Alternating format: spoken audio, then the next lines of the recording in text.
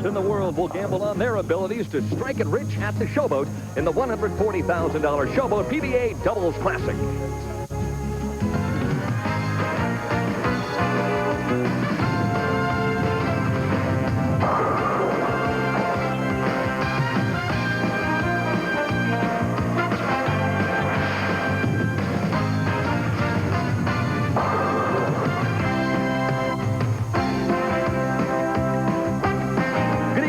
I'm Denny Schreiner along with Mike Durbin welcoming you to the Showboat Bowling Center in Las Vegas for the Doubles Classic here this evening. Mike Durbin, can you remember ever 5 teams being separated by only 36 pins heading into the position round game last night?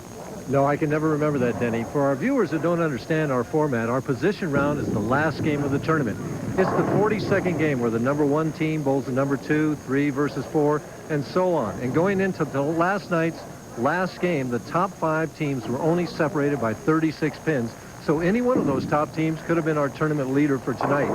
Turned out that Voss and Zikes got the top spot, but it was only because Berardi and Ferraro finished in the 10th frame. If either one of them got a double, they would have been the tournament leader. Both of them left the 7-pin, and it turned out that Zikes and Voss are our leaders tonight. If we have a show tonight, as exciting as last night's final game, our viewers are really in for a treat. Time now to assess the field, the 5 teams, starting with a pair of Ricks out of the Great Northwest, Rick Jones and Rick Manier. 2 non-champions that entered this tournament. They're not regulars on the tour. Both of them have very straight arm swings, solid finishes, and both of them keep the ball very straight, Denny. They bowled extremely well all week long, led this tournament until 2 games to go, and with the 2 games left, they dropped from 1st all the way to 5th. The team qualifying in the number 4 position, certainly 2 stars, upcoming stars of today, Tom Kreitz and Randy Pedersen. Both of them winners on this winner's tour. Randy Pedersen on our left here won twice. Tom Kreitz on the right won once. Both of them are young lions on the tour. Kreitz throws a bigger hook than Pedersen, but both of them are hungry and ready to win 4 games tonight. Bowling out of the number 3 position, a team that has both, I would say, experience and also talent, Dave Ferraro and Joe Berardi. Joe Berardi, in his last 5 doubles tournaments, has made our telecast in 4 of them. Ferraro on the left is a rising young star who won this year in Cleveland. Berardi won several titles, won the Firestone Tournament of Champions, won our U.S. Open, is always there in the clutch, and if he needs a strike tonight to win, look for him to get it. There is always a dark horse team, the team in the number 2 slot, Warren and Joe Firpo. What do you think their chances are? I think their chances are very good. I don't know how Firpo is going to bowl. He's kind of an unknown commodity to me. He throws the big hook. He's the bowler on the right. Warren on the left knocked down more pins than any other bowler in the tournament tonight. He averaged a whopping 225. He held the team together. If both of them get it going tonight, they can throw a lot of strikes.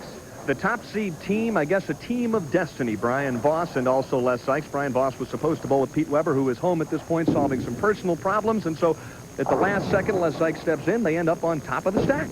Well, Les Zikes bowled last week's seniors event, finished 10th, had no partner for this week's tournament. Teamed together with Brian Voss, and they're our leaders. Voss is just really coming into his own, throws the ball pretty straight nowadays. Zikes has always thrown it straight. Both of them worked beautifully together, age and youth, and they're the team to beat for tonight's Doubles Classic. And the interesting note tonight, the players won't be bowling as individuals like they normally do on the PBA Tour. They'll be bowling as a team, and that upcoming match, the first match, is just moments away here from Las Vegas. Welcome back to the Showboat Bowling Center, and there you see the contestants for match number 1. Rick Jones will start on the left-hand lane. Championship pair once again this week at the Showboat, lanes 59 and 60.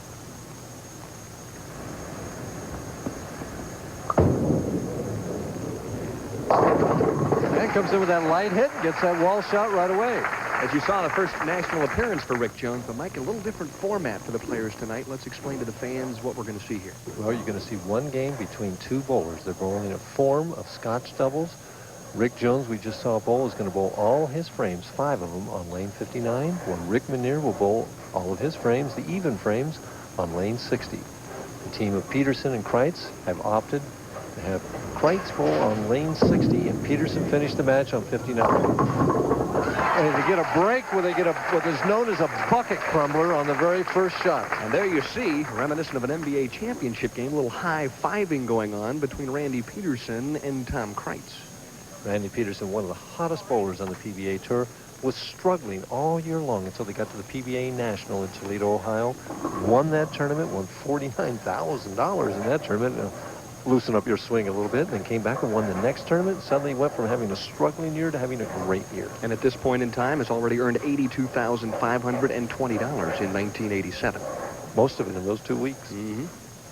Trying for a double here to put his team ahead by 10 pins. 5-step player, high backswing. And that's perfect.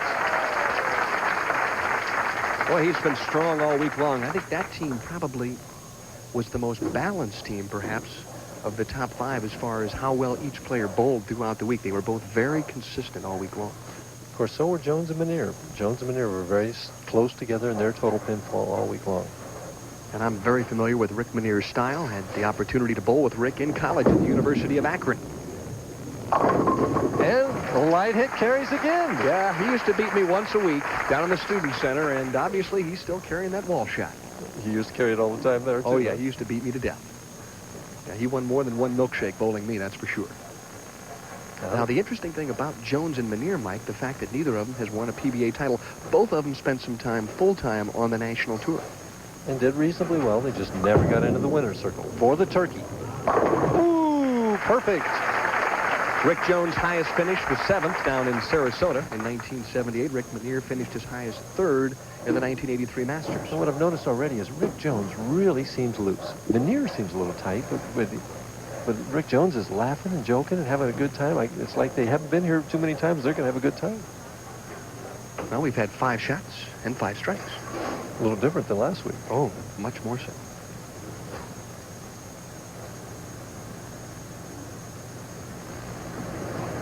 To even the match.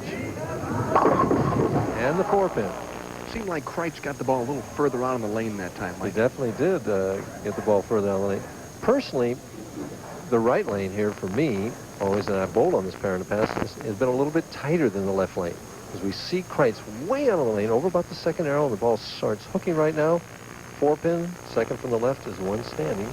Relatively easy spare. But as to expound on that a little better, if I were choosing on this team between Kreitz and Pedersen, I would have chosen to have Kreitz finish on the left lane and Pedersen on the right lane, because I think the right lane favors the straighter shot a little bit more, where the left lane hooks a little bit more and favors the guy who hooks the ball a little bit more. But they've chosen the other way around. Because maybe Randy is the real hot bowler right now. They want him to strike in that 10th frame. The team of Randy Pedersen and Tom Kreitz averaged 221.5 on the championship pair throughout the tournament.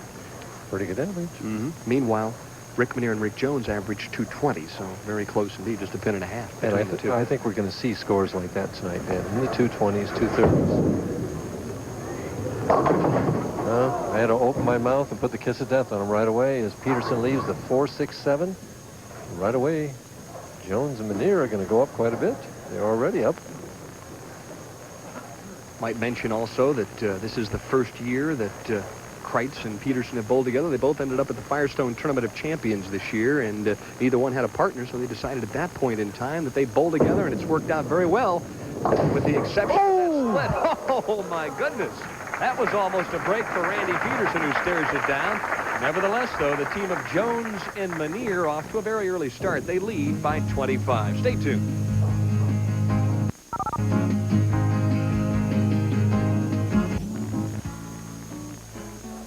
And coming up Saturday on ESPN, it's the MISL Championship Series. Tacoma and Dallas live June 13th, 9 p.m. Eastern, 6 p.m. Pacific. And doggone it, Mike Durbin, the Dallas team beat our Cleveland Force out in the semifinals, and they'll get a chance, Tattoo in that bunch, to move on to the championship series. And I went to see one of those games then.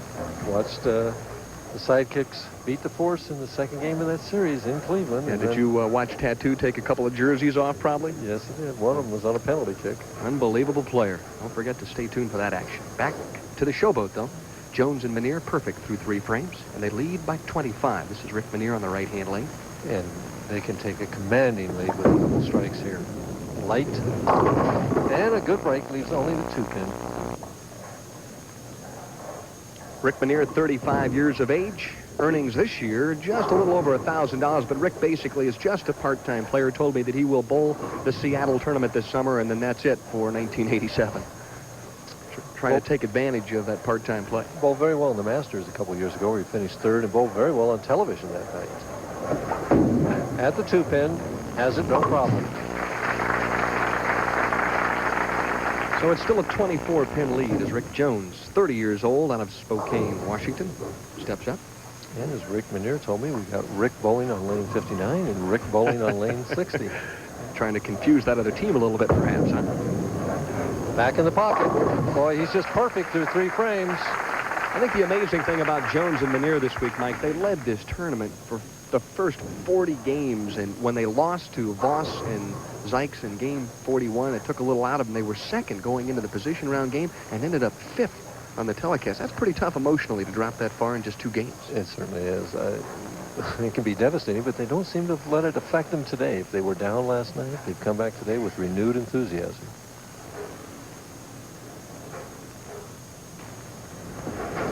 Kreitz on lane 60. High again, 369, and right now Kreitz and Pedersen are fishing. The last shot, Kreitz left the 4-pin, and Mike and I commented the fact that it looked like he threw the ball a little further out in the lane, but he almost seems like he's getting a little bit of an overreaction out there. Well, right now he's got a very difficult spare. It'll be interesting to see how he shoots this, whether he moves way to the left or shoots it off of his strike line. He's got to hit the 3 and the 6 with the ball and have the ball finish hard enough to get that 9-pin. Tough spare. 4 steps. From the left, perfectly done.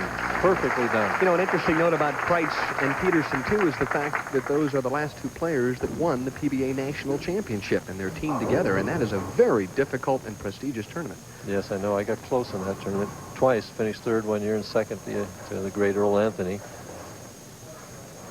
Something has disturbed Randy Pedersen. I don't know what it is.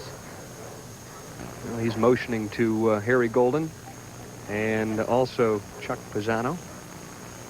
Bothered by a fly, the word we get. A little fly here in the bowling area. It's almost like a player stepping up over a putt and having a little gnat or something on. You got to back off and shoo it away. Maybe you can catch it with his chopsticks, huh? Needs a strike here. Oh, no. Oh, my goodness. And again, as he leaves what is known as the Greek church, the 4, 6, 7, 9, 10. This lane hooks quicker. He's around the 2nd arrow. See that high backswing? Ball's going right over that 2nd arrow, but it's going to grab quickly. On the right lane, this has been solid in the pocket, right through the heart of the pins, and the full penalty. He's got to take a shot at it and throw hard. He's going for the 3 pins, I think, and hope that something bounces around. It can happen, but not this time. Mike, do you think in some cases when you're bowling the doubles, and I know you had great success in the doubles championship, that when your partner has a split or an open, do you think you might press even that much more to try and get back on track and maybe cause you to throw a bad shot? It probably depends on the individual. Personally, with myself, I always enjoyed doubles competition because it just was a spirit of unity working. The 2 of you trying for the same goal. You see Minear trying to get a double. Take command. Lead. Is it going to fall? No, lead is a 10-pin. They're up by 41. It could have increased it to 51. I think you need to keep your mental approach. Realize that, you know, your partner's going to get some opens. You're going to get some opens. Right now, though, Pedersen and Kreitz are really in a hole. If they strike all the way out, the best they can get is 218, and Jones and Minear are going at a 219 pace right now, so they're almost at the point where they must strike out to even have a chance. At the 10-pin, and he has a solid. Well, if you look back in the tournament, match play-wise, Jones and Minear ended up 12 and 12. They lost to Pedersen and Kreitz during the tournament proper in match play, but as you see right now, they have a commanding lead through 6 frames. Well, unless they just fall apart here, they're going to go on to the next match. Not as clean a release that time, but he still gets it. A little bit of a tickler that time for Rick Jones, who has a big smile on his face, and right now Jones and Minear are about as loose as you get. And the reason why is because they lead by 41. Not having quite a clean release on that last shot. We're going to see it right here. Watch and see how his thumb comes out of the ball. His thumb should come out before the fingers we talked about last week. And you see they both came out at the same time. He kind of hung in that thumb a little bit there. Creates less roll, but he happened to have just enough with that urethane ball to knock over those, I guess we call them pins at the other end of the lane. Huh? I've been calling them that for years. Well, some people call them pinettes nowadays. Now, why? Because you feel they're too light? Well, no, it's not that they're too light, but they have voids in the middle. They have a couple of voids, and the pins fly pretty fast nowadays. Okay, no more editorial comments. Kreitz on the right-hand lane, and Kreitz and Pedersen need a strike here. Looks better. All right. He's got to give that ball room on that lane. I was going to say, what was the difference between that shot and the two previous? One is just simply got it a little bit further to the right, and the ball didn't hook as early. Right now, the interesting, Randy Pedersen has got to make an adjustment with his feet on this left lane. He's got to move at least one, probably two boards to the left. I look for this shot to be somewhere light.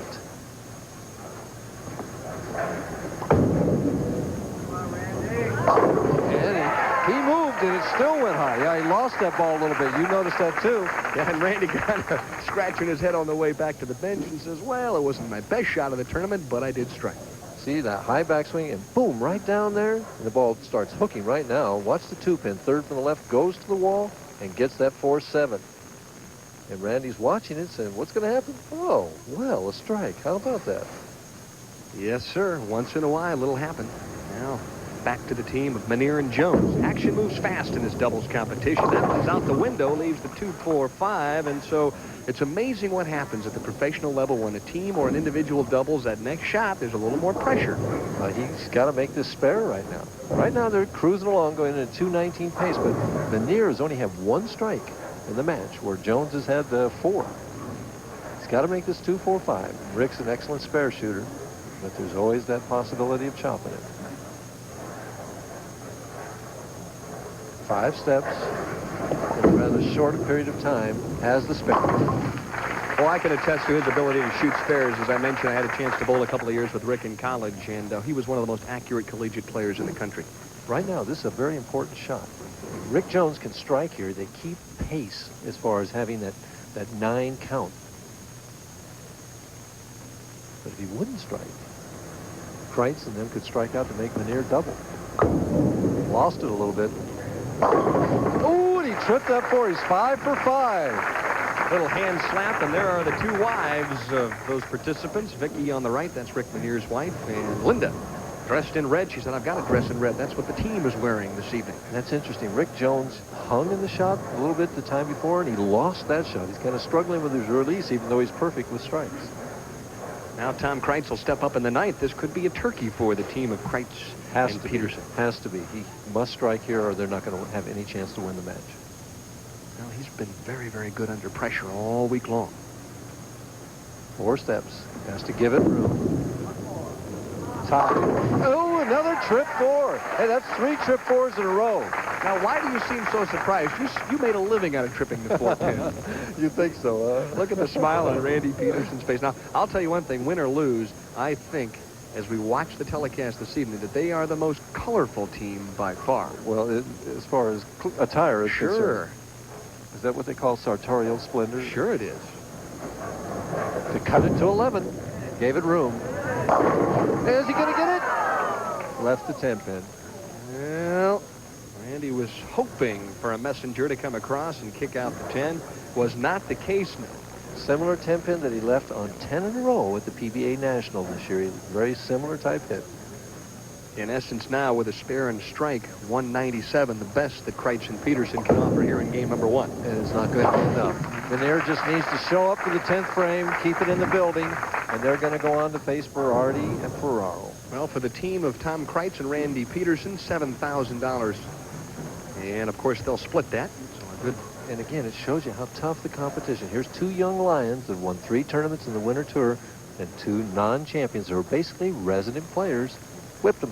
And regional players. And, Mike, I think the point to make at this stage is the fact that the PBA has a number of excellent regional players throughout the country that when they do get a chance to perform on the national level, normally show up and do a pretty good job. Well, we've got 7 regions in the PBA now. Our regional program is growing and growing and growing, and the players get to bowl tournaments almost on a weekly basis, and they get a lot of experience against good competition, so they come out here and they're not intimidated. Better shot.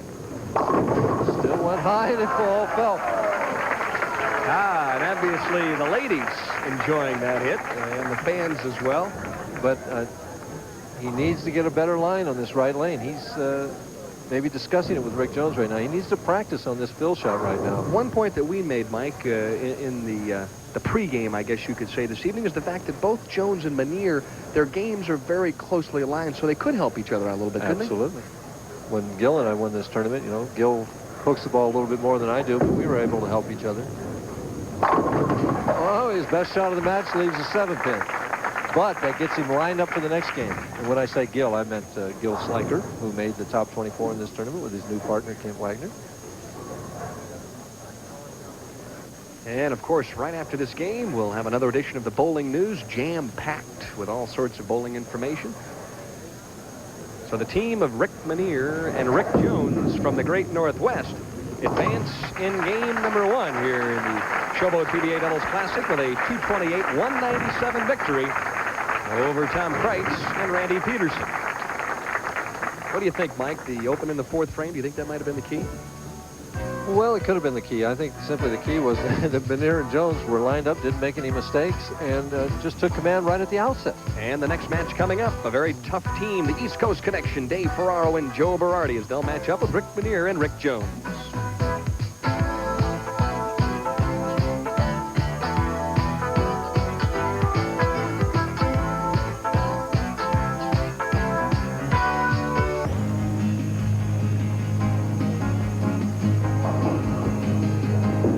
The big story in the world of bowling this week is taking place some 7,000 miles from Las Vegas.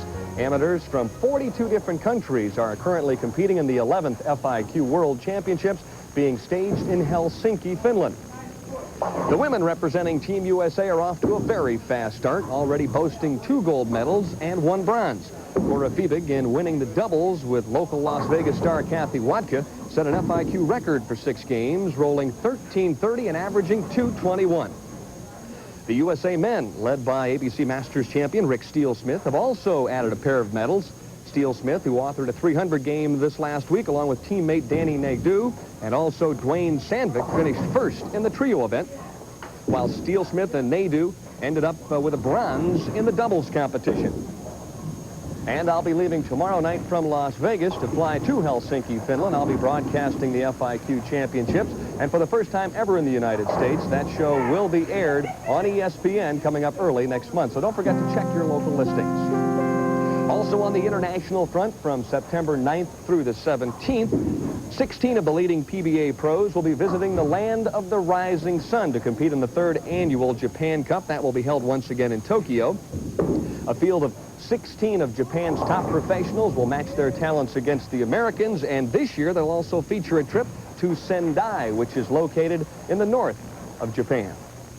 Back on the home front, though, the American Bowling Congress Championships, the 1987 version, has now wrapped up in Niagara Falls. Here's a look at the players who won in 1987. In the 5-man team event, one of the many local entries, the Soundtrack team, finished on top of the stack with a fine effort of 31.97, cashing for $10,000. And, of course, the team also was awarded those distinctive watches and also trophies. Ray Betchka and Dennis Schiesling captured the doubles competition, averaging a whopping 230, while Nashville's Terry Taylor fired a brilliant 749 series on games of 226, 268, and 255. He, of course, won the singles. Meanwhile, PBA rookie pro Ryan Schaefer out of Elmira, New York, topped more than 20,000 players en route to winning the prestigious all events made up of the combined scores of the previously mentioned events. Incidentally, better than 7,700 teams competed in this year's championships, representing every state in the union and also several foreign countries. The highest honor any bowler can receive is to be elected to a Hall of Fame. And we'll now take a look at players that were elected into the PBA, ABC, and WIBC Halls of Fame this past year. Incredibly, Jim Godman was inducted into both the PBA and the ABC Halls in the same year, something that has never happened before, and it may never happen again. The great Mark Roth, winner of 32 career PBA tournaments, made it in his first year of eligibility. Detroit's Bob Strampy, a former PBA national champion, was a Veterans Division selection, while Raymond Firestone was honored for his exceptional contributions to the world of professional bowling. The old twirly bird, Earl Johnson from Minneapolis, one of the pioneers of the big roundhouse hook, earned his way into the Hall this past year. Meanwhile, Gordy Bear became the first bowler honored in the newly created amateur category. And the newest honorees into the WIBC Hall of Fame consist of Gloria Bouvier, whose son Mike is an aspiring young pro, and she was joined by Jean Havlish in the performance category, along with Agnes Duffy, a longtime official in the meritorious division. And I'll be back to talk with Mike Durbin about the specific numbers here this week at the Showboat. Welcome back to the Bowling News at the Showboat Hotel, Casino and Bowling Center in Las Vegas. Mike, normally the team of Mark Roth and Marshall Holman always fares well here, and the defending champions, Mike Albee and Steve Cook, won 2 in a row. This year, neither team made the finals. What happened? Well, it's just indicative of the tough competition that we have on the PBA Tour right now. Marshall Holman and Mark Roth have won this tournament twice, but they failed to make the top 24 by a single pin, as Marshall Holman left a 4-9 split in the 9th frame of the last game of qualifying. Steve Cook and Mike Albee, our defending champions here, had a chance going into that last game of qualifying, but just didn't quite make it. Maybe they'll bowl a little bit better next year and have better luck. They've bowled very well here in the past. We're going to take a look right now at some of the scores that we had this week. Our left-handed bowlers averaged 205.1, while the right-handers were just a little bit higher at 209.5. You needed 208.6 to make the top money this week, and they needed a whopping 221.5 to make our top 24 or the finals. Some of our match play records, Brian Voss and Les Zikes had a 17-7 match play record. Bob Hanley and Steve Martin have 15 consecutive 200s, and George Pappas and Gary Dickinson had 35 out of a possible 42 200 games this week, and yet they still finished down in the standings, so the scores were pretty high. And speaking of the standings, there were a number of different teams that paired up together this year and had a lot of success at the Showboat, Mike. Well, the doubles competition is I ask you to bowl with me, and then we go out there and we see how we're going to do. And here are some of our other finishers. Wayne Webb, former bowler of the year. Dennis Jakes finished 6th, just missed out. Sam Zurich and Mark Fay finished 9th. Amleto Monticelli and bowler of the year, Walter Ray Williams, finished 10th. George Pappas and Gary Dickinson, 2 old-timers, finished 14th. And Bob Hanley again and Steve Martin were 18th. Gary Skidmore and Casey Berry, 19th. Frank Ellenberg and Mike Taylor finished 21st, and Don Janello and Jimmy Miller were on the bottom at 24th. 24th is better than 25th, as they say. And for many, many, many years, the professional bowlers have been coming here to the Showboat Hotel and Casino and Bowling Center in Las Vegas to bowl. But now, they'll be heading to Atlantic City each and every year. And here is a look at the brand new Showboat in Atlantic City. It's a beautiful facility. Of course, that will be the site of the 1988 Seagram's Coolers U.S. Open. Welcome back to the Showboat, and before we get to our next match, update you on the PBA average leaders. Marshall Holman, there you see him, finished just out of the finals this week with a 218.5 average overall. Pete Weber, number 2. Dave Husted, who had a great summer, number 5 at this point. Mike Durbin. Yeah, right on down the line. Ozio, Walter Williams Jr., Pete McCordick, who shot 300 this year earlier, 213 is 10th. And how about the guys making all the money? $151,175 for Pete Weber. What a great winner. Marshall Holman in 5th place with 79,000, almost 80. Several guys over 100,000. Ferraro can add to it tonight in 6th place. Kent Wagner's in 10th with 53,780. That used to be a pretty good year right there. Sure. And here we go, match number 2. Rick Jones, Rick Minear against Dave Ferraro, Joe Berardi. And once again, Jones will start in the left-hand lane, lane number 59. Well, again, the choice is up to Ferraro and Berardi. And they may have determined that they saw Minear struggling on that right lane, and the strategy, they want to make him finish that match. And the first time he's failed to strike, but he threw a right dead flush in the pocket and left a solid 10-pin. Pretty good shot, considering the fact that he's come off a 5-6 minute break. Well, they get an opportunity to practice on the adjacent lane during that time. Is that good or bad, though, Mike? The adjacent pair, even though it's done the same as the television pair, has to be a little bit different. Well, whenever I would do that practice, Denny, I never paid any attention to what the ball was going to do. As he shoots at the 10-pin, no trouble. All I want to do is stay loose and keep the feel the same and the stroke the same. And keep your hand the same size. You might explain that, Mike. Sometimes there's a chance to expand and contract a little on you, doesn't it? Well, generally, as I bowled, the longer I bowled, the more my thumb would swell up a little bit, so sometimes I'd have to take tape out of the ball. First shot for Joe Berardi out of Brooklyn, New York. And again, Berardi hooks the ball more than Ferraro, and he's choosing to finish on the right lane or start. Which, again, I don't think is the best strategy. I think the better strategy would be to put Ferraro on the right lane, but these guys are down here, and I'm retired, so we'll see what happens. Boy, is this a fine young player here. Dave Ferraro has now captured 2 PBA titles, one earlier this year on the Winter Tour, winning the Miller Lite Championship, defeating Brian Voss, by the way, in the championship match with a key double. So he is a great clutch bowler. He needed 2 in the 10th to win that tournament. Just stuffed them both. For the double, solid 10. A lot of speed, a lot of loft. Not much hook, a little bit, but he always seems to get the ball to make that little bit of turn of right to left at the last 3 or 4 feet, so the ball finishes hard, right where it's supposed to, right at the back end of the lane. Is it better, do you think, Mike, to be able to throw the ball a little hard at the pocket when you're in a pressure situation? You don't have to give up as many boards. Oh, I definitely think it is. I mean, as he goes at the 10 pin, no trouble. Yeah, if your tendency is to go with a little speed, that way, if you're a little nervous, maybe you just throw it a little harder. But if you're a finesse player and you get a little soft, sometimes you can be staring at 2 on either side. And that's no fun. No. Rick Minear on the right-hand lane in the opening game. Rick Minear and Rick Jones defeated Tom Kreitz and Randy Pedersen, 228-197. And we have a rule on the PBA Tour where you must, if you want to rewrite, make it your first order of business. And I didn't quite catch it, but it looked like Minear didn't like the rack, but he'd already gone to his rosin bag, and he had to shoot this one. Kind of had a Donald Duck look on his face, as my wife always accuses me of. I think that might have been a bit of a mental error, considering he hasn't bowled on television before. Yes, it could have been. Left the 2-pin. No trouble. Should be able to make the spare easily. But, again, he's just in and around the pocket on the lane, but not in the pocket where he wants to be. Solid.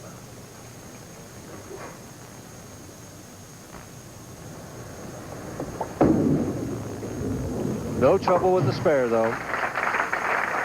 As the Rick and Rick boys mark with 2 spares, looking for their first strike in the 3rd frame. And they trail by 1. Let's talk about bowling all of your game, Mike, on just 1 lane. That's got to be a tremendous advantage for the professionals because they don't have to make the adjustment on the pair. Especially as he stuffs that strike. In the sport of bowling, what so frequently happens when you're bowling on a pair is that you are hitting 1 lane and you might not be hitting the other. You're either getting tapped or you haven't figured it out yet. Don't have that problem this time. Of course, you got a partner who's got to hit that opposite way. But if he's getting the same thing, you know, gets lined in on that 1 lane, you can have some awful high scores.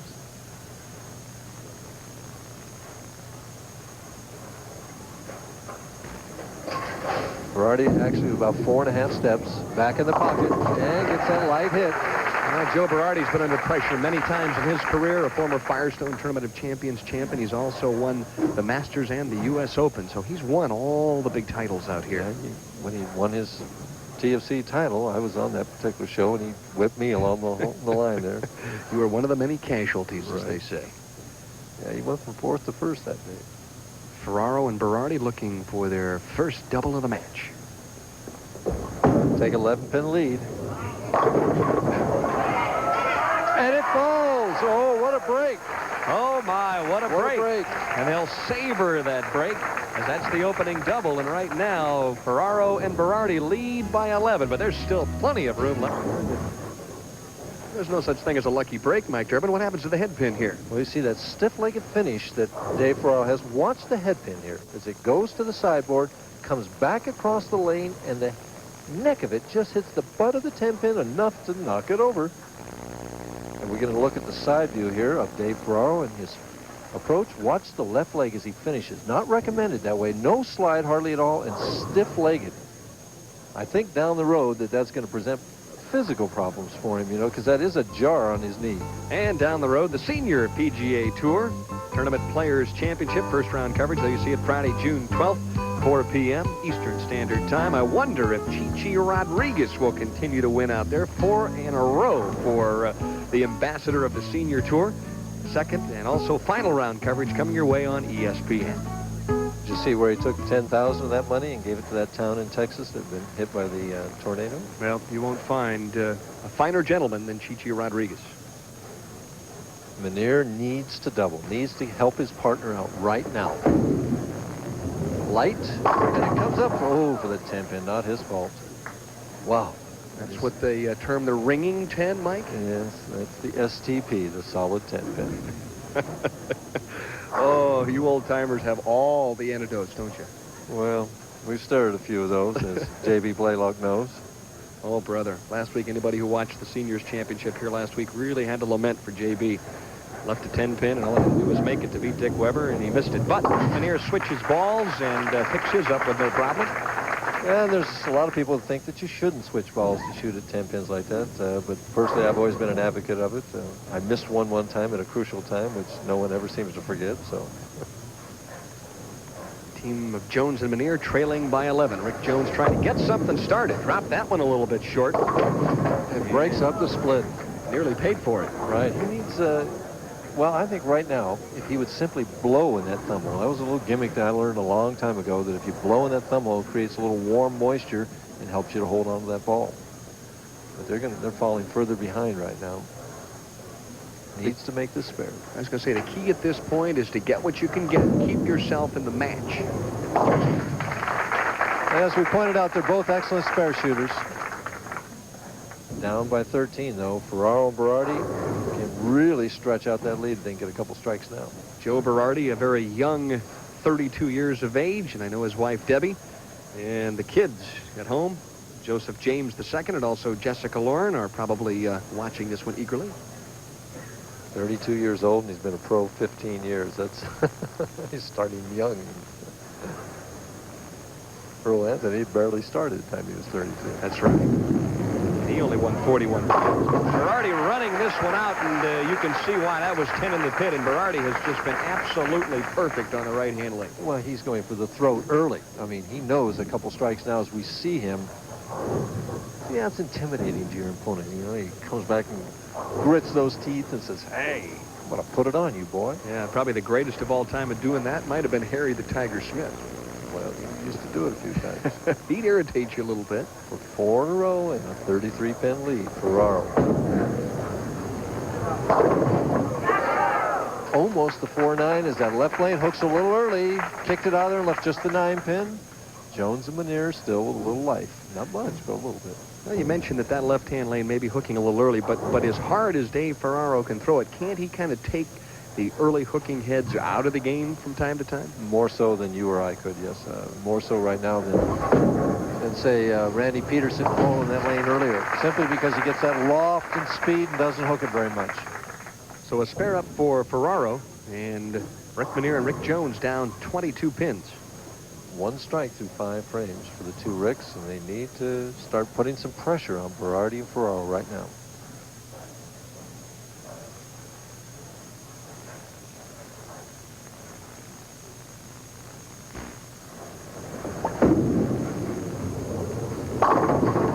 Ooh, almost another 4-9.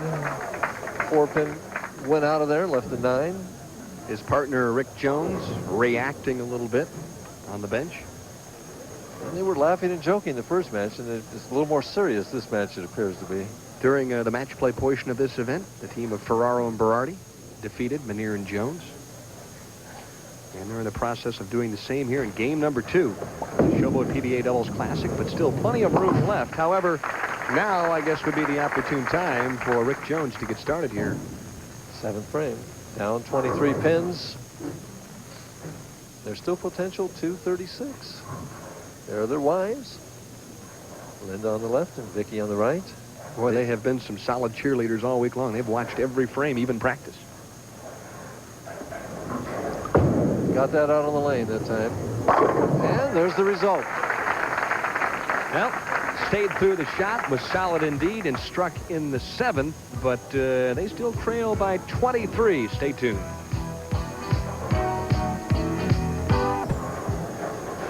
And there you see a couple of outstanding bowling fans. The general manager of the Showboat Hotel, Casino, and Country Club, Judy Moore, to the left, and the general manager, Jack Cook. Have welcomed the bowlers here and just done an outstanding job with the event. And it's 2 weeks in a row for them. They've been busy the last couple of weeks. Showboat is just an excellent sponsor of PBA events and a longtime friend of the PBA and supporter. Berardi, 7th frame, ahead by 23. Nothing but strikes on this right lane for this young man. Proving again that I don't know what I'm talking about sometimes. And, Is it going to knock it over? No, left the 1-2-10 as the lane seemed to hang a little bit for him. And right now, if he doesn't convert this, Jones and Manier got to be pumped full of new life. I think Joey a little upset with himself. There you see the 10 pin still tottering on the edge of the lane. What he wants to do is hit the head pin on the left and send it into the 10 pin. Didn't do it. Well, now it's up to partner Dave Ferraro to pick up the pace. That changes the complexion of the match. First opening for Ferraro and Berardi. They lead by just 9 pins now. But what it means right now, Dan, is no matter what Ferraro does right now, when Manier steps up to bowl his 8th frame, he can take the lead. As we see the score right there. And that appears as a spare in the 8th frame there for the team of Ferraro and Berardi, but they didn't get it. Ferraro just drills it on that left lane, and that's the one he's going to finish on. He's going to be the anchor man for this team. Manier looking for his first strike of the second game. He only got 2 in the entire game of the first game, so he hasn't been burning them up yet. But right now is the time to do it.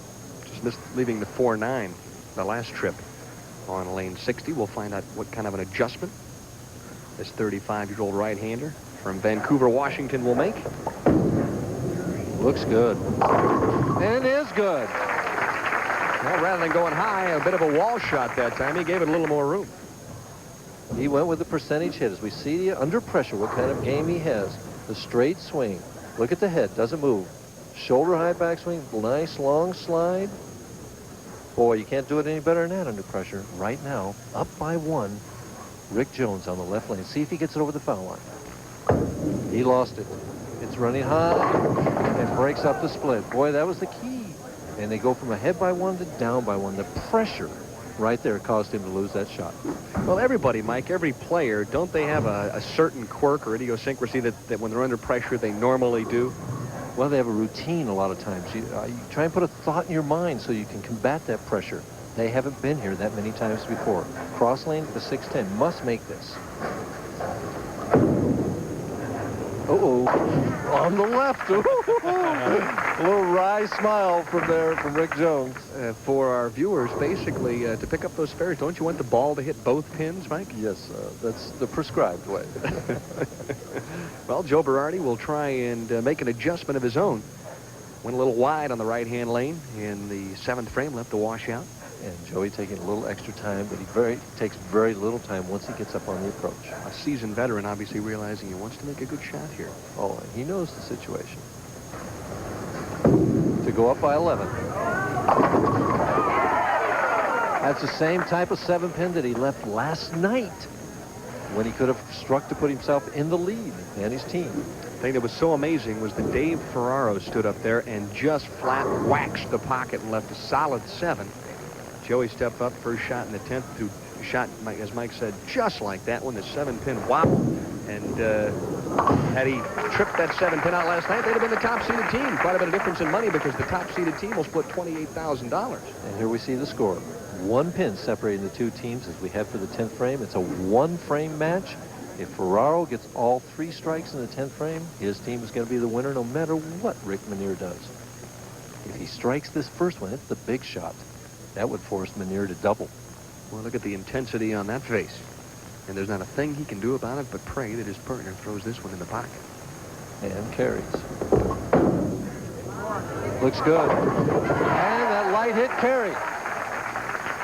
Mike, this Dave Ferraro has to be one of the best players on tour right now in the clutch because he has done it time and time again. And both times that he's won his titles, he's been tremendous in the clutch. Well, some players have that ability to be able to rise to the occasion, and Dave Ferraro seems to be that type of player. And you see Manier and Jones pondering their fate this stage. Well, we have a number of possibilities here. We still could have a possible tie match. Right now, he gets 2 more strikes, and they're going to be a winner. He's taking a little extra time. He wants this one and have the opportunity to close them out.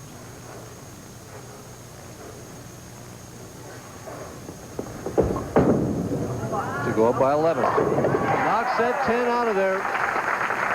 The man can do it when he has to. Dave's lovely wife, Gloria, is at home in Kingston, New York, and she's 4 months pregnant, and right now she's probably having a tough time sitting still. And saying, come on, and he knew it was there. He knew he threw it perfectly. Right now, if he strikes, they go on. If he gets 9, Manier could strike out for a tie. Less than 9, and Jones and Manier could still win. And it's nail-biting time at the Showboat. Oh, look at that. Manier praying to himself, just give me a chance. Tie. And he has that chance. That prayer was answered.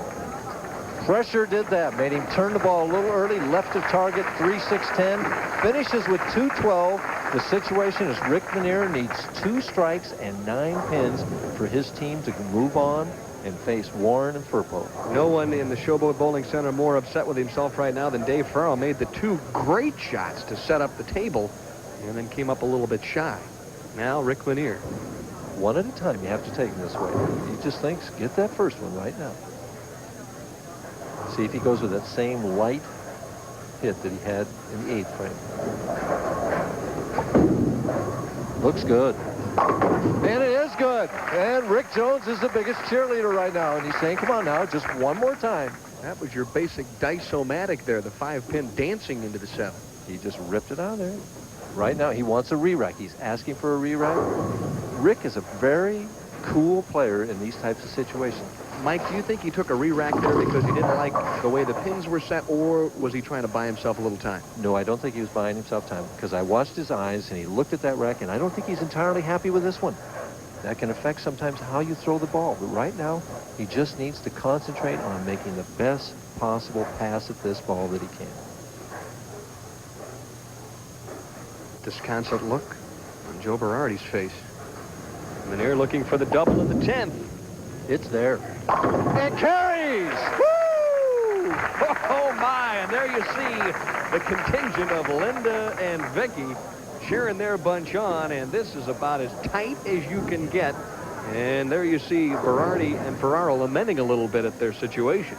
And he said, he just asked Harry Gold, he said, how many re-racks have I had? And Harry gave him an answer, and I think he asked for another re-rack, although he hasn't gotten it yet. Here it goes. Yeah, he did ask for another re-rack. And to set the stage right here, a strike, and they move on. 9, and they move on. 8, we've got a tie and a 2-frame roll-off. Less than 8, Ferraro and Berardi win. Mike, how tough is it when you only need 8 to make a real good shot? You're so used to throwing strikes all the time. No, he's thinking that he needs 9. So, and that's what he does need. He's thinking, I got to do the same thing I did the 2 previous shots. It looks good. And just enough. They move on. Oh, there are the plaudits from their wives, and there you see what teamwork is all about as they stay alive in the Showboat PBA Doubles Classic. Oh, what a dandy. 213 to 212. Some pressure bowling by both teams, but Ferraro and Berardi come up just a little bit short here in game number 2. Oh, my goodness. There's the next match, Del Warren and Joe Firpo, and they'll have to face off with the Rick squad from the Great Northwest. And as you see Rick Manier eyeing those pins, Mike Durbin's tip is coming up, and he shows you how to eye your targets right after this.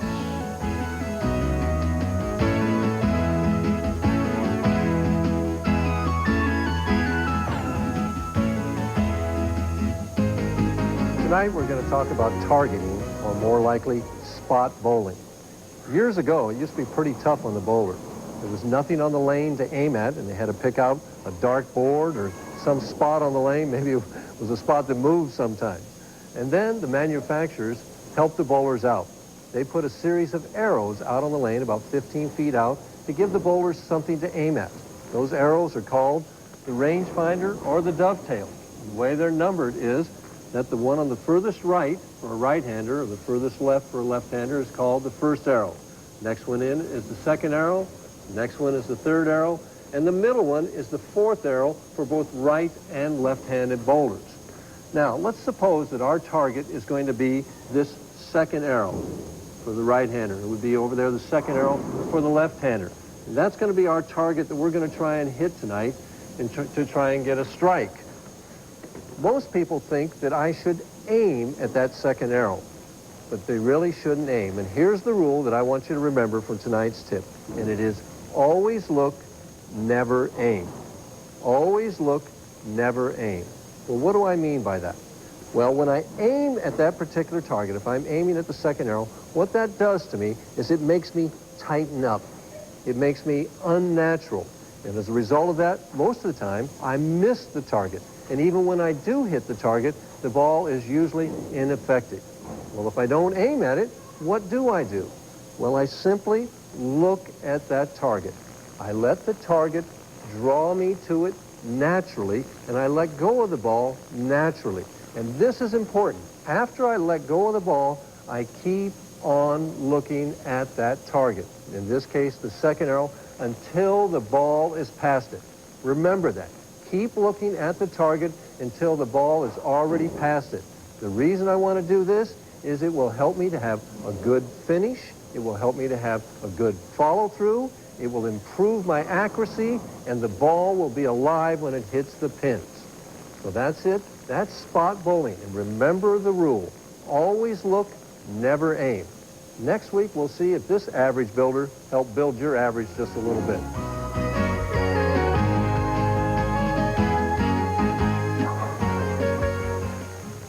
And thus far this evening, the team of Rick Jones and Rick Menier, they've captured 2 matches thus far. They defeated Randy Pedersen and Tom Kreitz, 228-197 in the opener. And then, oh, my goodness, that was a real gut-wrencher, 213-212 in the second game, Mike. And I guess this was the key right here. It was Rick Menier's final shot where he needed 9 to come out a winner. And he's over right around the 6th board there. He comes up light, watch the headpin, goes to the wall, gets the 4 and the 5, leaves the 7. But that's just enough to produce a winner.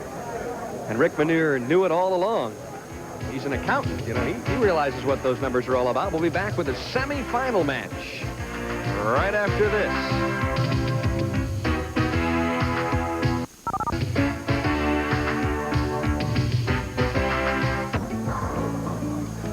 No, it's not the National Football League on ESPN. It's called Arena Football. It's the premiere on ESPN, coming up live June 20th, 9 p.m. Eastern, 6 p.m. Pacific. The Denver Dynamite versus the Chicago Bruisers. Mike Durbin, I have a feeling that indoor game could be a little rough and tumble. Football already. Yeah, but this is a brand new version. Should be interesting. I haven't seen any of it yet. I've read the rules, but I'm sure it'll be exciting. We've had plenty of excitement here this evening in Las Vegas. We're heading to the semifinal game now. And bowling out of the number 2 position on your left, Del Warren, and to his right, Joe Firpo, both players out of Lake Worth, Florida. And this is Firpo's first ever appearance on national television. The Butterflies are probably moving just a touch. And he's got to open up the match. And there you see. Throws the bigger hook of the 2 players. Gives a lot of room. Whoa, did it come back? Wow. Boy, it's amazing how nervous those kids are. That kid just, you could see his knees shaking. Yeah, right. As he went up and flushed it playing the first arrow. Well, I know one thing. The team of Rick Menier and Rick Jones, they have to be feeling their oats a little bit at this point because they defeated Berardi and Ferrari, probably the favorite team coming into the finals here this evening. Yeah, I think most of the spectators felt that Berardi and Ferraro were going to do it. Rick Menier on the right-hand lane. That's been a comfortable position for him this evening. Came up with a clutch double in the 10th and then 9 to win that last match. See how he opens up the semifinal game. And right through the heart and left the 4, 7, 10. Hung in that thumb hole, just never got out of the ball cleanly. It was interesting. He was warming up or staying loose on that left practice lane over there, throwing all strikes, and as soon as it counts, it's split. Well, you could see from the very beginning that he was hoping for a miracle, and when the eyes shut and you turn around with disgust, you realize that you've left a split. He'll probably give this a shot and try to convert it. The count is not important right now. And, oh, he just missed it. I mean, he came so close to nicking that 4-pin and sliding it across. Did he come within a freckle, Mike? Yeah, within a freckle. For those of you who follow the PBA Summer Tour on ESPN, that's one of Mike Durbin's favorite expressions. One of these days, we're going to determine exactly what the distance of a freckle really is. Rick Jones on the left-hand lane trying to help out his partner, and he gets a bit of a wall shot, and he does so. Got that ball over the line, and we've been watching Rick Jones. When he gets the ball over the line, he usually has good results, and when he loses it, he has not so good results. And now the first shot of the match for right-hander Del Warren. Very talented player. 1 PBA title. Of the 4 players that we have down there bowling right now, there's only 1 title among the 4. And the interesting note that you mentioned about Del Warren was the fact that when he first came out on tour, he hooked it from one end to the other. Then he got very straight, and now you call him a tweener. He's somewhere in between. Well, he's had the best of all worlds, I guess. On the right lane, and they got a double. Now they're playing the pair what I think is the proper way. The guy that goes straighter, bowling on the right lane, as we see Del Warren swing. Let's see how straight that swing is. Comes back pretty straight there. See it go a little bit behind his hip. Kind of bounces out there. Right, straight over that second arrow, and it did not hook much. It went straight to the pocket. And they've got the guy on the left lane that throws the bigger hook where the ball is going to hook. And they're off with a turkey. I don't know about you, but Joe Firpo has just a beautiful, nice, loose arm swing. Boy, he comes out. You mentioned the release. That thumb comes out first, and watch the fingers hit it when he rolls that thing. Oh, boy, he throws the biggest hook of any of the 10 players on the television show today. You've mentioned the fact that you feel that that team is playing the pair properly. Why on lane 60 do you think the straighter player is having an advantage? Because lane 60 has a tendency to hold pocket. The ball wants to hold, so a straighter player usually bowls better when the lane holds. And a ball player that hooks the ball usually bowls better when he knows he can throw it to the right and it's going to come back. That's an interesting observation, because last week in the seniors, that's exactly the way 59 and 60 set up. Manier gets a little room, leaves the half 10, but that's much better than the 6-7-10. But he's down 32 pins and needed to double there to get himself back in the match. Left the 4-7-10 the first time on that lane, left the 10 pin here. And they're digging a hole for themselves early again. Ferraro and Berardi open with a turkey against him. Has the spare. Now let's see if Rick Jones can pick up where he left off and strike in the fourth. Not only is this a big night for Rick Jones, but guess what? His parents, Don and Jan, obviously watching the telecast this evening, are celebrating their 31st wedding anniversary. Congratulations. And I'm sure that 31 years will go flying by if he strikes, and not quite. There appears little work to be left. A little lapse in concentration between the two players right now. They're just not as crisp, not as sharp as they were the previous two matches. Left the 3-6. Sometimes when you win a tight match like that, there's a little let up. Yeah, when you're let down at this level, guess what? You get waxed. You got big time problems. Stays down, nearly chops it, but he converts it as Rick Manier ponders his future. Firpo and Warren lead by 34, but there's plenty of bowling left.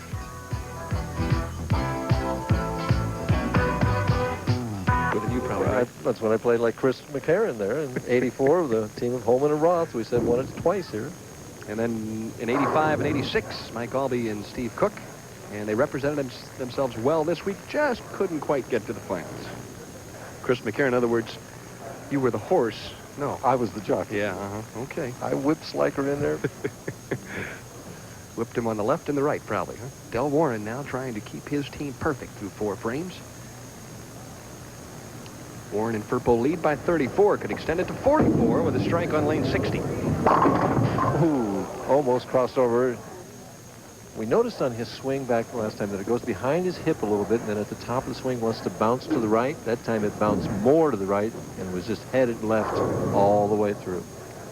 Del with a wry smile after that first shot. The team of Warren and Firpo was the most prolific team on the championship here throughout the tournament. They averaged 230 on lanes 59 and 60. Not bad. Struggle, huh? Yeah. All sorts of problems. Changes to a plastic ball, throws it over the thumb hole to make the spare. That's to keep it straight and avoid the possibility of the chop.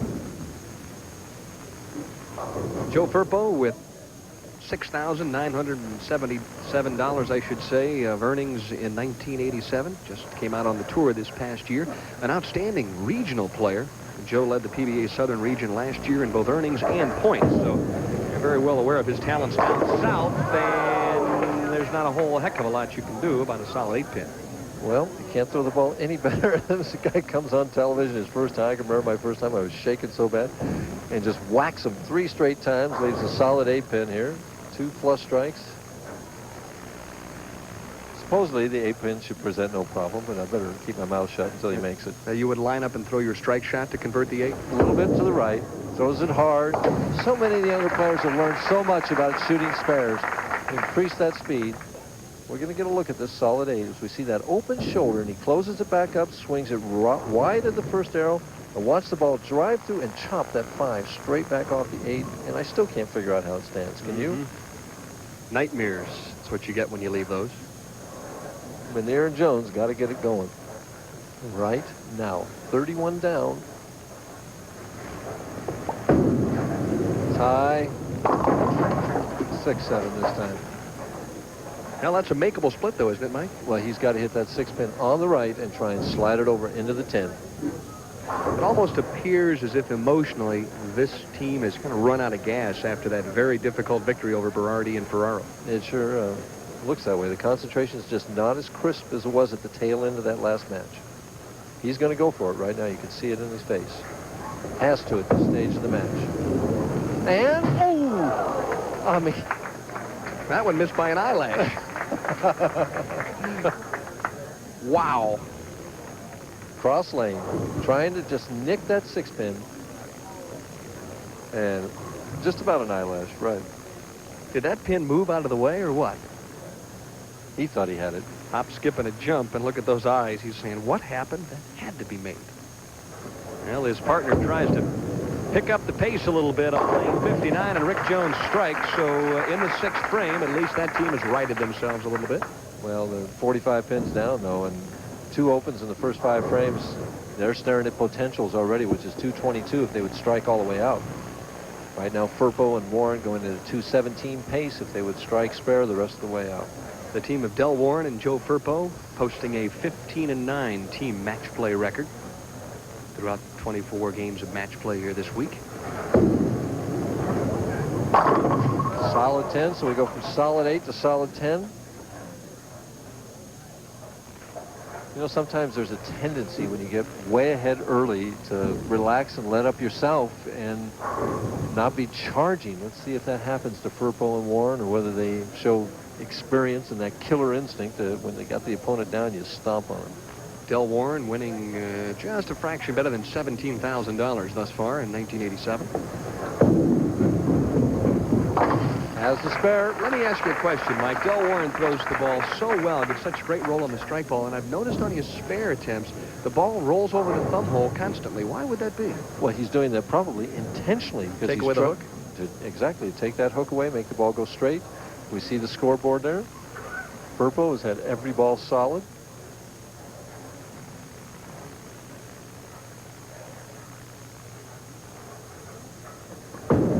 Swings it wide.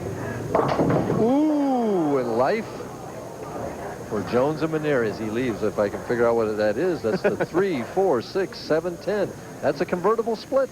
He has to hit the 3-pin light on the right, slide it into the 4-7, and the ball will take out the 6-10. Now, this would be a circus conversion. He's left it before, though. I mean, anytime you throw a big hook like he does, you leave this every now and then.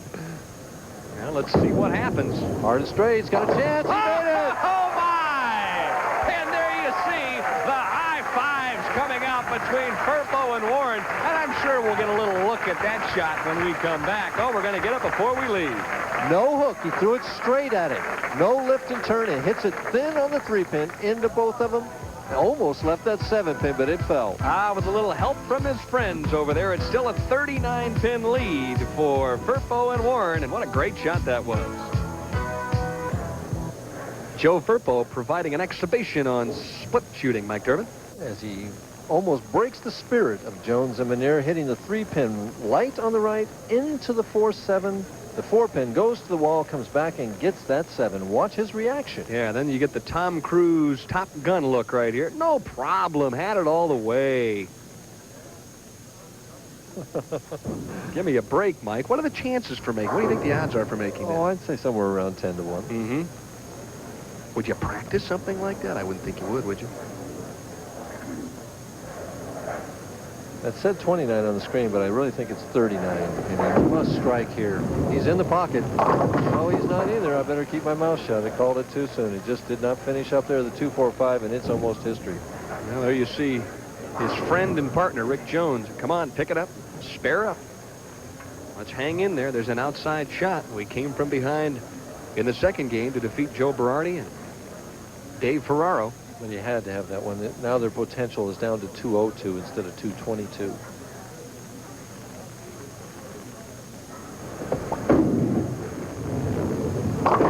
Almost less than that, as he just barely made the spare. And it's amazing how your mental outlook plays such an important part in all sports. And it just making that split, I think, by Firpo just was the telling tale right there for Jones and Menier. It just kind of crushed their spirit. All said and done, though, Mike, it's been a marvelous run for Rick Jones and Rick Menier, a couple of part-time players who have challenged the touring pros this week. Oh, they bowled exceptionally well, but you want to win when you get that opportunity. Light again. 2, 4, 5, one more time. So we're going to see whether the seasoned veteran senior player Les Zikes, who I'm son works for the PBA, Lyle I'm sure is watching right now, and team up with Brian Voss to win a tournament over Firpo and Warren. Off to our right, Zikes and Voss loosening up on the practice pair. Yeah, that's an interesting team. Something old and something new. Nice combination. The chemistry has clicked this week. 2, 4, 5, and it goes down a bit reluctantly. And Rick Jones still smiling, and obviously the reason why, no matter what happens, he and his teammate Rick Menier will split $10,000. $5,000, not bad in Las Vegas. Nope. They leave with it still intact. Yes, but with the gaming here at the Showboat, there's always an opportunity to take it out and maybe try and win a little more. Of course, you're way up this week, aren't you, Mike? Oh, yeah. Vegas doesn't bother me. Off balance and leaves a solid 10-pin. Warren does that a lot. Falls off balance to the right after he's thrown the shot. And generally that's caused by the slide foot not finishing underneath the chin, but a little bit underneath the left shoulder. Do you think that perhaps that might be a byproduct of him changing his game in the last 2 or 3 years overall? Or maybe no? It could be. I don't know. I haven't studied his game that closely or seen him bowl enough to form that opinion. And there's the thumb hole shot that makes that 10-pin, I bet you, 99 times out of 100. I'd hate to try and sleep underneath this place if he was bowling. Obviously, though, he bowled extremely well this week. He was the high average player in the tournament. 3 straight strikes to start the match, and since then 5 straight spares. An interesting match. If Menier and Jones have been able to get anything going, they'd still have a chance, and they have an outside chance here, very outside. Joe Firpo has just bowled outstanding, and he's going to get another shot to pick up a split, and he's going to need to make an adjustment on that left-hand lane. Almost the same hit that he had in the 7th frame, only this time the 4-pin falls over. He swings it wide, but it starts hooking way too soon, right through the heart of the pins, and we see the 4-pin slide out of there and leaves the 3, 6, 7, 10. It's the same shot to make it that he made the other one with. See if he can do it again. And he did. Boy, oh boy. Boy, he's getting standing ovations now. Once again, the high five, and I wonder if he's related to Andy Verapapa. Well, he knew how to make it for the time before, and he just hits that 3-pin thin, whacks it right into the 7, and boy, it's no problem. Hey, bowling on television, and first time, you know, make those splits, get those strikes. It's easy. Wow. That'll do wonders for your confidence. Meanwhile, Rick Menier trying to shore up his team and strike on lane 60. How about it? Half 10. One too many slam dunks. Boy, that's amazing. Firpo 2 for 2. That's not an easy split to make. He's making it look like, well, hey, that's like it's routine. Maybe it is for him. That's true. On the other side of the coin, he may leave it often enough, where, as we said before, he may shoot it quite a few times. I don't know. It looks pretty hard from here. 2 wives, you can see dollar bills in their eyes there. Sure. Well, at worst, as we mentioned, 5,000 apiece. Tom Kreitz and Randy Pedersen finished 5th. Joe Berardi and Dave Ferraro 4th. And Rick Menier and Rick Jones out of the Great Northwest in a position to finish 3rd in this event. And should Rick throw 2 more strikes, that team would finish up with 178. But boy, did they provide the fans here in Las Vegas and our fans all over the country with an exciting finish to game number 2. It's interesting. They have right now 3 strikes in this match. Firpo and Warren have 3 strikes. Jones-Manier have 2 splits. Firpo and Warren have 2 splits. Difference was that Firpo and Warren made theirs, and they got their 3 strikes in a row. Now, the only problem is, what does Joe Firpo do for an encore? How about the double pinochle? Have you ever seen that made? Yes, I've had it made against me in a match play by Jeff Bellinger. Oh, that's always exciting to watch, and especially when it costs you a match. And so the team of Rick Jones and Rick Manier cap off an outstanding week with a 168 game. Obviously not to their liking, but what a successful week for those two guys. And you couldn't pick a nicer team. Del Warren up to put the finishing touches on this semifinal match victory. And Brian Voss and Les Zikes waiting in the wings. And what Voss and Zikes are going to do right now, I'll be willing to bet on it, is that they're going to make Firpo finish the match for Firpo and Warren. And Voss will want to wind up finishing on the right lane. So that means that the next match will be willing to bet that Zikes starts off the match. On the left-hand lane. Correct. Okay, we'll see if that strategy holds true. Del Warren really loose at this point. Is he shopping a little bit, Mike Durbin, to look a good shot when you don't have to throw the ball in the pocket? You can afford to make some adjustments. He's got the lane wired. He only missed the pocket once. He left 2 solid 10 pins, had a strike, had 1 crossover. But pretty much he was in the pocket on that right lane. He just didn't strike. So the 10th frame, they started with 3, and they can end with 3 for 216 if he strikes here. They laid that one down as smooth as glass. And it's a 216-168 victory. He's got some room on that right lane. Here you look graphically at match number 3, 216-168. A fairly close match through about 5 frames. But guess what? The title match is coming your way in just a couple of moments between Del Warren and Joe Firpo and the top seeds, Brian Voss and Les Zikes. And now another look at Firpo the Magnificent, Mike Durbin. As he made 2 splits in this game. They were the demoralizers for the team of Jones and Manier. First is the 3, 4, 6, 7, 10. So he hits the 3-pin thin on the right, drives it into the 4. The 4 goes to the wall, comes back and gets the 7. That was the first one in the 7th frame. Then in the 9th, he left the 3, 6, 7, 10. And almost like an instant replay, without the 4-pin, he hits the 3-pin light on the right, and without a doubt just drills it right over into that 7-pin. He had it all the way and says, hey, bowling on television's fun. And another player who obviously could pick up either one of those splits is the great Earl Anthony, and we'll be visiting his bowling center next week. The $127,000, the $127,500 in the Kessler Open, live June 17th.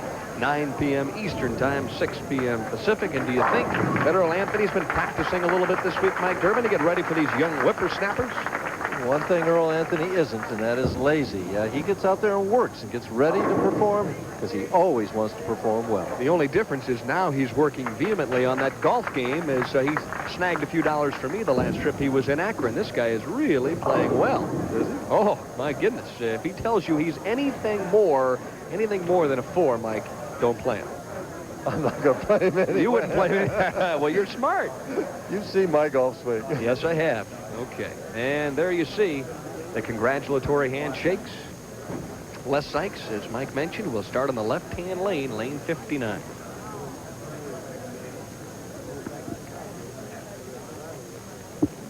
And the key for Les here will be to keep his speed up on this left lane because it's going to hook a little early for him. And he does, right out with a strike.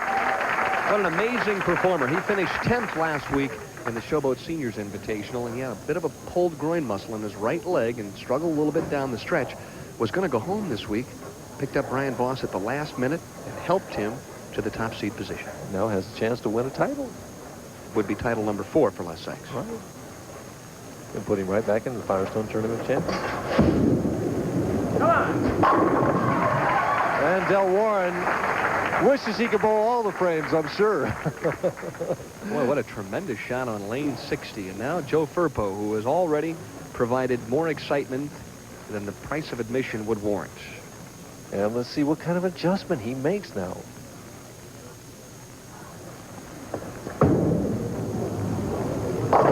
Well, 3 straight splits on that lane. The 2-7, he made the adjustment and the ball didn't finish. Went high the previous 2 times and now leaves the 2-7. See, he moved further left, sent it over that second arrow out to about the 6th board, and it just didn't make the move back. So right now, what he's thinking in his mind is he's confused on that lane. Quite fortunate just to leave. Let's see 2 pins. See if he can go 3 for 3. And does. And I wonder if he was playing it that way or trying to hit it on the left. But he just keeps whacking off these splits like they were nothing. Well, Mike, in essence, you wouldn't play it that way, would you? Wouldn't you try and sandwich between the 2 pins? That's the way I would play it, yes. Chuck Pierce is shaking his head. Yes, that's the way he would play it. But Chuck Pierce, our statistician for the summer tour, and he had a big week this week. Brian Voss. First shot for Brian Voss out of Tacoma, Washington. And I would think that he would just murder this right lane. As he starts with a double. Now, why do you say that, Mike? Because the lane wants to hold, yet if you got a little good fingers in it, like both he and Del Warren do, if you throw it a little right, it'll finish for you. So it should be an ideal lane for Brian Voss. Les Zikes, before he turned professional, one of the finest amateur bowlers in the world. Had a couple of tremendous FIQ championships. Out of Palatine, Illinois, his wife, Mary Kay. Son Lyle and daughter Lauren, probably glued to the television sets this evening.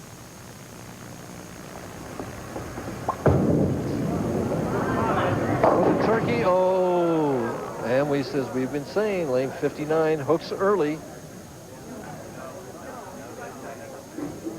Watch his follow through. See where it goes.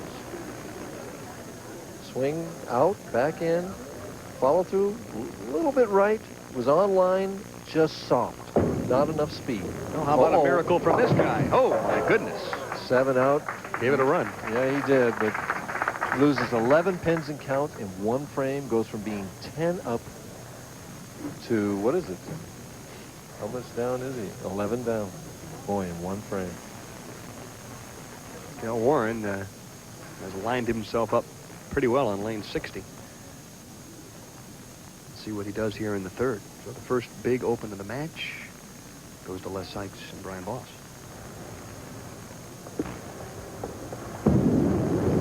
Warren just a little tight. A little quick with his finish that time.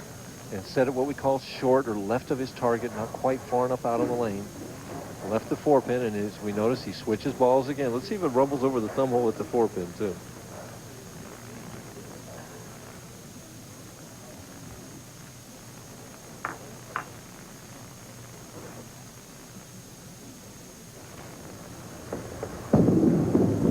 Sure does. Boom, boom, boom, boom.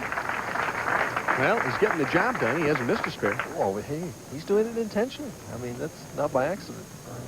It's by design, and doesn't make any difference how you get him down as long as you do it consistently. Joe Firpo, I think, would like to see a strike, Mike. He's seen enough splits for an eternity. Gives it a lot of room. Almost left the 2-8-10, and he's totally lost on lane 59 right now. Got to be difficult for him, too, in a title match. First time on television, you try and make those little adjustments, but with the adrenaline flowing, the excitement, it's got to be tough. And he's going to have to finish in the 10th frame on that lane. So the whole key at this point is for Voss and Zikes to get back into the match and put some pressure on the youngster down the stretch. You've got it. Tough spare here, the 2-8. Well, he's met the challenge so far this evening and does so once again. So it's been a brilliant performance thus far. Spare shooting for Joe Firpo, and the team of Firpo and Warren lead by 8. Championship team, first place, $28,000 on top, and that's a big payday. And the thing is, 15 to the 2nd place, the loser of this match. Lanier and Jones wound up with 10, Berardi and Ferraro 8. But the thing with these guys right now is that, if I'm not mistaken, 3 of these 4 players right down here are not eligible for the Tournament of Champions, and so somebody's going to get in. Point well made. The only one that is eligible is bowling right now, Brian Voss. Right in there. See that ball hold pocket in there? He is as confident, I think, at this point in his career as he has been in quite some time, because Brian Voss has had some ups and downs on the PBA Tour. And he's had some ups and downs on the television show, but he's bowled well this year. That shot, he got left of target, and it held all the way. Let's see what Zikes does now. He's got to keep the speed up. Boy, what an amazing bowler he is. Out here in the seniors competition, then shoes it up with the young puppies and leads the tournament. ABC Hall of Famer. Needs to make a big shot here, though. He did increase the speed. And that's what it takes. And his partner stands on his feet and welcomes his partner home. Nice going, partner. So right now they're playing tic-tac-toe. And the X's are ahead of the O's 4-1 with Zikes and Voss. I like that. I like that. Well, let's see if Del Warren can resurface on lane 60. Left a solid 4 last time. Gives it room. Here it comes. And doesn't get the 10 out. And we should have seen, wish our viewers could have seen the little pep talk that Del Warren was giving Joe Firpo between the during the commercial break there, and was saying, go for it. You know, don't baby that ball. Go for it. I think he perhaps sensed that Firpo was being a little tentative and said, hey, we're out here bowling for the title. Just let it rip. Over the thumb hole again. Makes the 10-pin with no problem. Well, we could nickname Del Warren Thumper from here on out, perhaps, huh? What was it, Bambi? That, you know, Walt Disney Is thing? that what it was? Thumper was Sure. in Bambi? Did he throw a full roller? Joe Firpo on the left-hand lane. Look at the concentration in that youngster. He ripped the fingers on that one. Ooh, and left the 10-pin, but a much better shot. He really pulled. It's a bit of an unlucky break. That 10-pin was moving around a little bit, Mike. And if we notice on Joe Firpo's hand there, he's got a piece of tape around both the index finger and the one next to it, his middle finger there.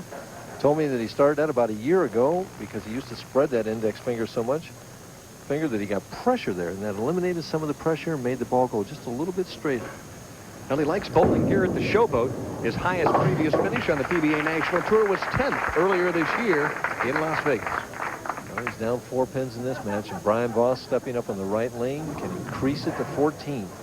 The amazing thing about the team of Voss and Zikes is the fact that they paired up in the Senior Touring Pro Doubles Championship back in 1984 down in San Antonio, and they led that tournament only to lose in the title match on television. So they've been there before, and they've been turned away.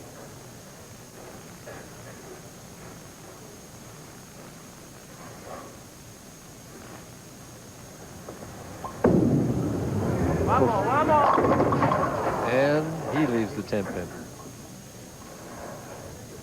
Boy, the one thing, I guess the perspective you get from watching Brian Voss bowl is very compact, very strong, gets that ball to go long and just hit like a ton of bricks. Well, he does it with speed, too. He does it with speed and loft.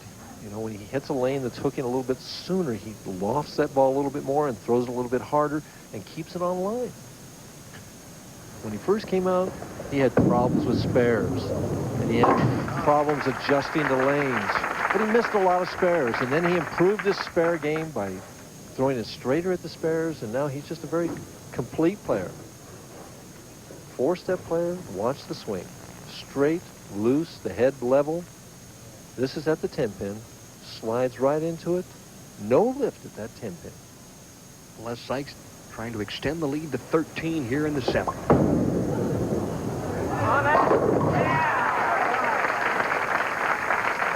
Big shot in the 7th for Zikes. Gave it a lot of room, and it came right back. Gives him 118 in the 6th frame. If Warren would strike right here, they would have 115, and the difference would be 3 pins between the two. Warren is talking to Harry Golden about something. It must be about the rack. And I think he's asking for a re-rack. He got it. Obviously, Dell not pleased with the way the pins were set on lane 60. Looks good to me, although that head pin's wiggling. Is it easier when you hit them when they're moving, Denny? Sure it is. They fall down faster that way. That was one of my ploys. A lot of speed. Boy, you can't throw it much better than that as he holds his arms out and says, finally. Almost left a solid 7. Pressure, though, is mounting on Joe Firpo. Hasn't been in this situation before. His team can take the lead if he can strike right here in the 8th frame. It takes very little time.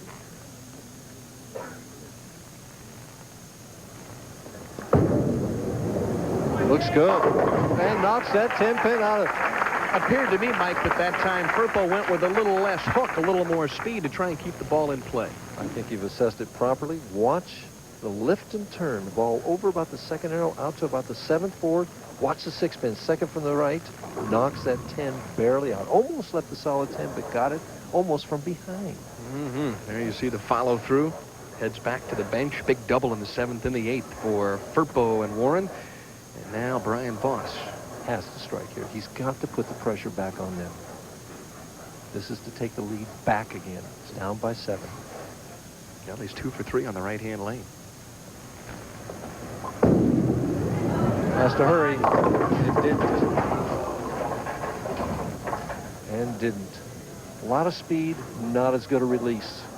Didn't get the lift with the fingers that time, and the ball didn't finish.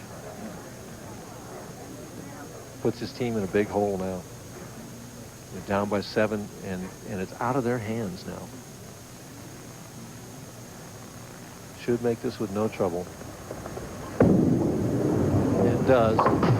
The team of Voss and Zikes averaged less than any other of the championship round participants. They averaged 197.5 on the television pair, so they have had their problems with 59 and 60. And they're going at a 198 pace right now. Right on the button. Les needs to strike here to set up the 10th for his partner. Boy, has he thrown some big-time strikes in his career, but right now, he is at a crucial impasse.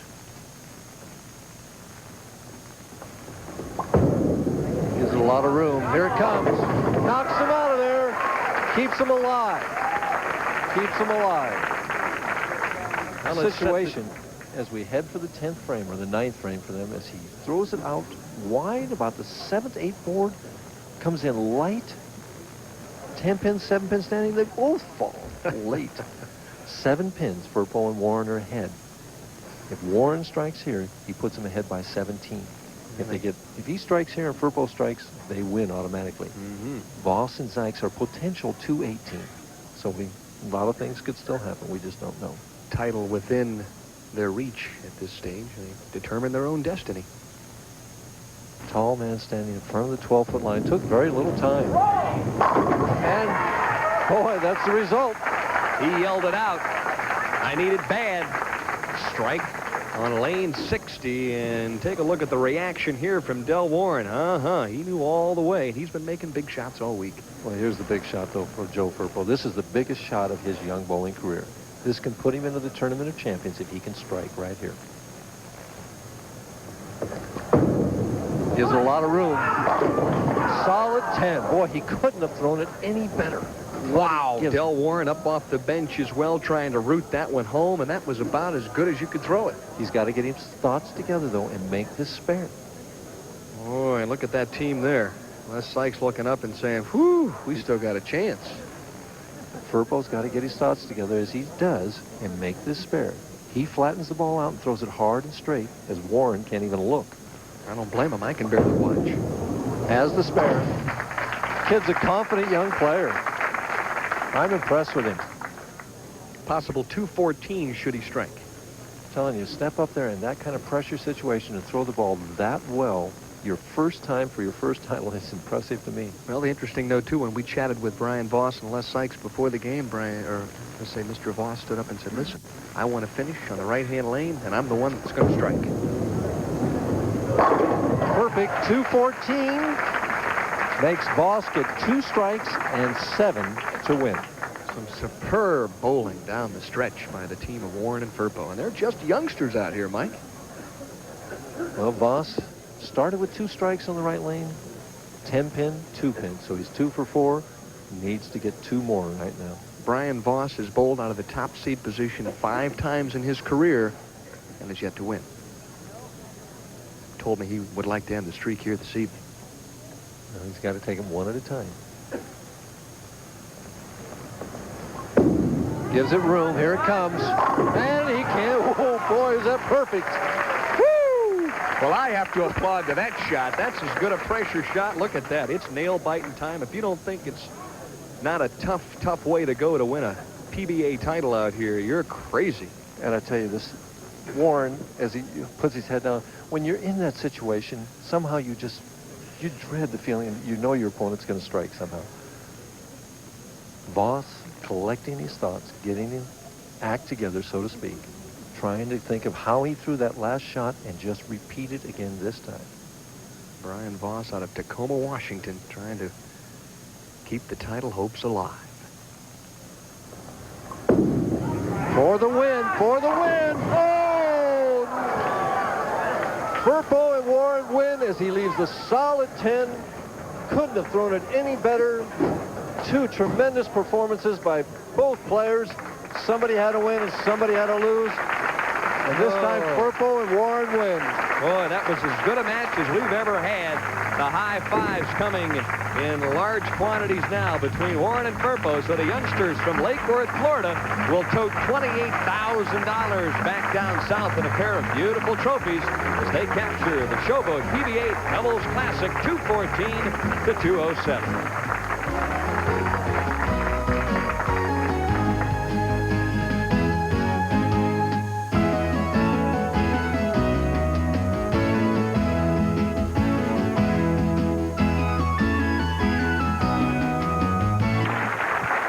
They're putting their hands together here at the Showboat Bowling Center in Las Vegas, and rightfully so, a thrilling title match, 214-207. And standing to my left, the very proud championship doubles team, Joe Firpo and also Del Warren. Joe, first of all, it's your first appearance on national television. You made it look easy out there. Well, I don't know. I've been having trouble with my spares all week, as a matter of fact. Those weren't spares, those were splits, Joe. I know. I've been missing single pins all week. I guess the object is to put more pins up there, and perhaps you can knock some of them down. Del Warren, I know you had a word for your partner at the first break. I think you told him, hey, don't get tight, just get loose and get out there and bowl. Yeah, I just try to tell him to be aggressive and do the best he can and just try to fight it out and just go for it. Now, where is Lake Worth, Florida? I know both of you players are from that area. West Palm Beach area. You going to take all that money back down there with you? Eventually. Now, we'll bring on the benevolent general manager here at the Showboat Bowling Center Hotel and Casino. And that's Judy Moore, of course. Judy, you have some good news for our champions. On behalf of the Showboat, you bowled a great game. What can you say? Thanks. Congratulations, both of you. Thanks a lot. Judy mentioned before we came on here that Joe shoots spares just exactly the way that she does here at the Showboat Bowling Center. Mike Durbin, why don't you come on in here, and I know you've got a question or two. What a thrilling match down the stretch. Well, the first thing I want to do is just congratulate both of them. And the second thing I want to do is, Del, when Brian got up there to throw that second shot in the 10th, they showed you, and you looked like you couldn't even watch. What was going through your mind at that time? Well, I don't know. I knew he was going to make a good shot. It was just a matter of whether he was going to carry. And he made a great shot under the circumstances. And, you know, you really feel bad, you know, somebody makes a great shot and doesn't win. But, you know, I'm just happy to be here. But not that bad, huh? Really? Well, congratulations to both of you. Joe, I thought you were outstanding today, making all those splits, throwing that tremendous clutch shot in the 10th frame when you left that solid 10, looked like it was going to strike. So it was, too. And then got yourself together to make that spare. You were tremendous today. Thanks. Thank you very much. Joe, what's it mean to bowl in the Firestone Tournament of Champions? What's that mean for a young professional? Now you'll get an opportunity to head to Akron next April. Well, that's the goal. Every up-and-coming professional bowler and youngster, that's the main goal, to win a title, go to the Firestone. I just can't believe I'm going. Now, the only other question I have for him is your brother Tom Cruise? No. Yeah, I look pretty similar. A little bit, Mike. Any other questions? Yeah, I have a question here. You had to make a choice of who was going to bowl on which lane, and you decided to have Firpo, that was the bigger hook, bowl on lane 59, and you decided to bowl on lane 60. What was behind that strategy? Well, Firpo, he had the better shot on that lane, and it was a hook and lane. And him and I bowled together for a lot of years since we were kids, and I know when he really wants one, he really has a tendency to rip through it. So I knew he was going to send it right to give him more chance to strike. And I had every confidence in the world that he would do it. Well, the strategy paid off because you guys are the ones standing here with the trophies. Thanks. Joe, what about bowling a doubles competition as compared to the singles? I know it's got to be quite a bit different. Well, yeah, it is. But in my case, actually, this week I was kind of riding Del all the way into the finals because I was really struggling the first couple rounds. And in fact, I wasn't even shooting good at all. And yesterday, Del finally got me tuned into the lanes a little better, and I started bowling with him, and we made it from 16th up to second last night. And that's exactly what partners are for. And there you see the champions of the Showboat PBA Doubles Championship. And so long, everybody, from Las Vegas.